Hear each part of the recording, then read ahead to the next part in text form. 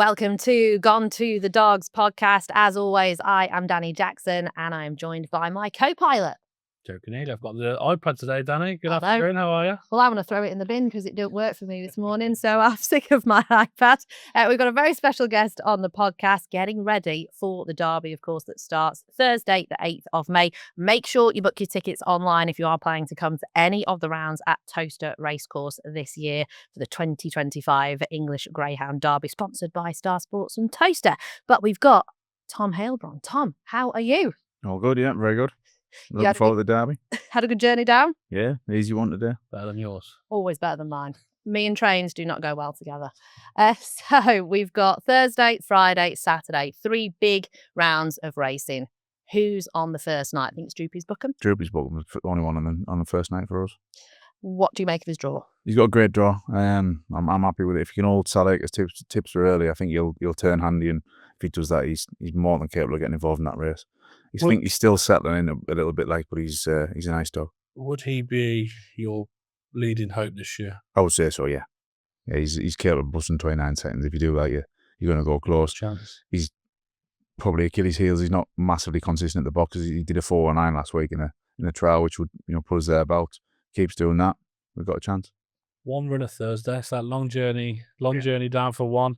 Back up Thursday night. Then we head down again Friday. You got 4 runners Friday. 4 Friday, yeah. You start off, Tom, with Optic Pharaoh in the first heat on Friday. Yeah, we've had him quite a while, but we kept him for the maiden derby. Everything didn't really go to plan. He won the first heat, but he just missed the kick in the second round. And he's very hit and miss at the boxes at the moment. He needs to find his trapping.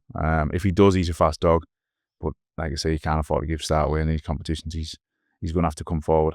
Trap draw's decent. Tough enough heat though. It is a warm heat, yeah. But it's all about qualifying, isn't it? If we can turn him handy, then he's strong enough to run into a position if he does it right at the box.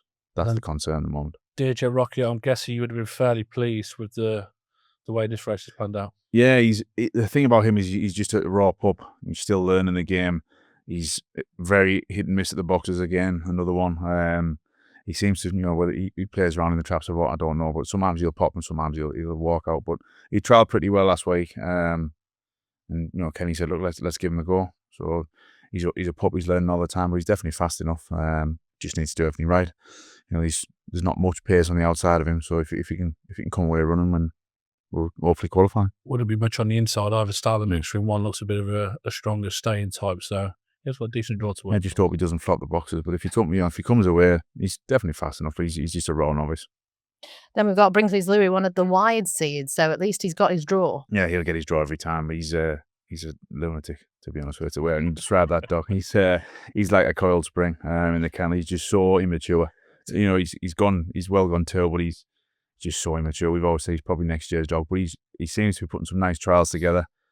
He went well at Perry Bar, and he's put some nice runs in Newcastle. So we said, look, let's take a chance. He's a wide runner. Probably isn't the place for wide runners, in my opinion, but we'll take a chance. If he puts a decent break in and steers clear around the turn, then you never know. But it's a warm heat, that one. Definitely a warm heat. And then you've got the final heat of night 2 with Holly Hill Pad in trap 3. Got Longfellow in his inside, Slingshot Sam on his outside, but he's got a ping box. He's the type of dog I think could go pretty well in this competition. He stays all day. He can do it from the front. He can do it from behind. He again kept for the maiden derby. He won the heat. He won it well, to be fair. He ran away from them, but didn't get his boxing right in the semis. But he's the type of dog that I say he can come from off the pace. I think the black will run off. He does tend to do that in Newcastle. So, yeah. And if Longfellow goes up and gives us a decent turn at the race, I think we'll turn handy and hopefully we'll qualify from there. I saw his owners on Easter Sunday? I was there the week before. Yeah. They're absolutely steaming. I'm saying 15 pints of Madrid deep, each one of them sitting outside. One of the guys ends up pub, so they know how to drink, but they're a good laugh. They are good lads. They were really good lads. A good laugh that day. Yeah. So they'll be hoping to go well. So 2 nights doing that. How long does it take you to get there? We normally about 5 hours. We get them off a couple of times on the way, so just to make sure that that we get off. I know the sound, give them a nice drink on the way and that sort of thing, and then and crack on. We're normally there early, but I'd rather be there early than late. Mm-hmm. Absolutely. And then we head into Saturday. Yeah, back again. Off the first one, Clona Dashing with Swift Underwater, Barntit Bear, Aero Secundai, Outdoor Charlie. Yeah, he's surprising me at the moment. The dog, he seems to have come forward. He's trapping consistently well. Obviously, Secundai on his inside is going to be a big danger. But if Secundai, if we can go around with him, I think we could potentially, I'm not saying we'll outstay him, but we'll be thereabouts. Bantic Bear, if he turns in your rear view, you're in trouble, aren't you? But no, he seems to be coming forward that dog. I quite like him at the moment. He surprised me. He ran really well at Perry Bar, a massive price, and got me a few points on. We nearly pulled the miracle off, but no, he's a dog who's coming forward, and the guys who own him, the Digital Vapor Syndicate, they've been, the guy who actually owns the company out of Sharon Maverick. He's had a few nice dogs with us, so I'd like to see him get a few rounds, hopefully. And then a very consistent type for you, Deliveroo. Yeah. In with Droopy's Plunge, so again, extremely tough, but got the draw. 5-dog race, nothing in 5. You must be pleased with that. Yeah, definitely. I mean, Plunge will be hard to beat if he gets loose. We all know that, but Deliveroo seems to be a dog who he needs 2 or 3 looks at a track to really find his form. This will be his 3rd time round. He's got his vacant chop on his inside. If he goes up with him, which he's capable of putting a decent section together, if he does, he'll turn handy, and he's definitely capable of qualifying out of there. But it's all about the way he comes forward for the track. But he's the type of dog who every week he should be getting better around there. And then we've got Untold Rubble in with Fabulous Sonique, Boyle Sports Bob. How do you rate his chances? For that show. Being honest with you, probably 3 months ago, she would have been my best chance. I think she was consistently running well. She ran really well in the Blue Ribbon. She just seems to have gone flat. She's coming forward in terms of the last few runs, but they've just not been out on par where, she's done 28.70s around there. So we just said, look, let's take our chance, see if she finds her form. I'd expect it to just about lead. I mean, Headford is a monster, don't get me wrong, but I'd expect it to just about lead. It's a case of whether she can hold them off at the 3rd bend. I mean, I really like the Chief Sandwiches dog with that come past her last week as if she stood still. He's a proper dog, but she would have been my strongest horse 3 months ago. She just seems to have gone really flat recently, but we'll take our chance. She did lead, though. You do well for 3 to pass her out of only 4. Yeah, she's a game little thing. She's won two category competitions. She's a good bitch, but she just at the moment isn't showing me what she was showing us before. But we'll keep having to go and see if we can get it out of her. We've got 6 weeks. We just hope we keep qualifying. That's the thing, isn't it? Yeah. Just the consistent braking. Hopefully, keep qualifying, keep getting in the top 2 or 3. That's it, isn't it? You just keep qualifying. But not sure whether she had a little bit of a false season. It could be something like that. She's never shown any signs of it, but you never know. Bitches are very complicated sometimes. Aren't they just? What's the furthest you've gone, Tom, in the Derby? Got the quarterfinals of Pacemaker Ted. That was the 2nd time I was in it, I think. You got the quarters. That was a buzz, to say the least. Brinkley's Magic, how far did he go? He was 3rd round. 3rd round. Yeah, and he broke my heart, that dog. He was just a freak. So he was weirdo. He was, and for months, years, probably a year and a half in the kennel, I just thought, how the hell do I get the bottom of you? We tried all sorts of, different ways of training him, swimming him instead of galloping him, taking for walks here, there, walks by himself, walking between dogs to get used to the dogs. And we tried everything. It never worked. He was just a psycho. Oh, God, was he fast.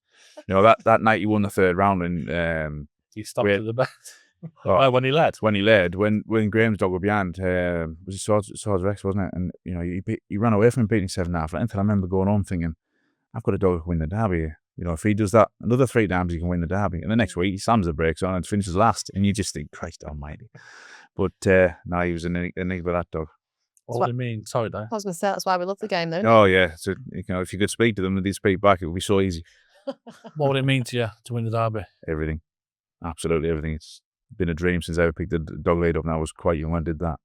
My dad was the bookmaker at Spennymoor. I used to learn to walk holding the dog lead, so it would be everything. We're just going to keep trying until one day we get there, hopefully. You've made that journey back shorter as well. Oh, without a doubt, yeah. Without a doubt.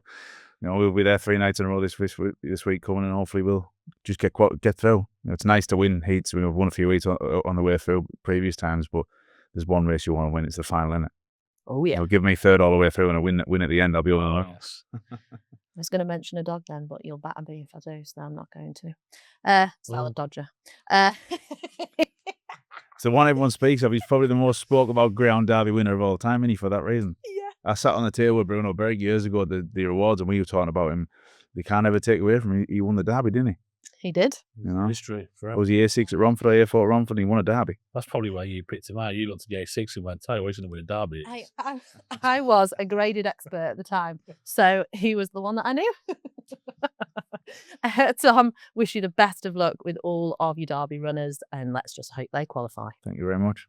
And if you want to enjoy more Derby action, make sure you subscribe to the Gone to the Dogs YouTube channel. We've got a live show for every single night of all 6 rounds of the Derby. And if you're coming to Towcester, make sure you book your tickets online.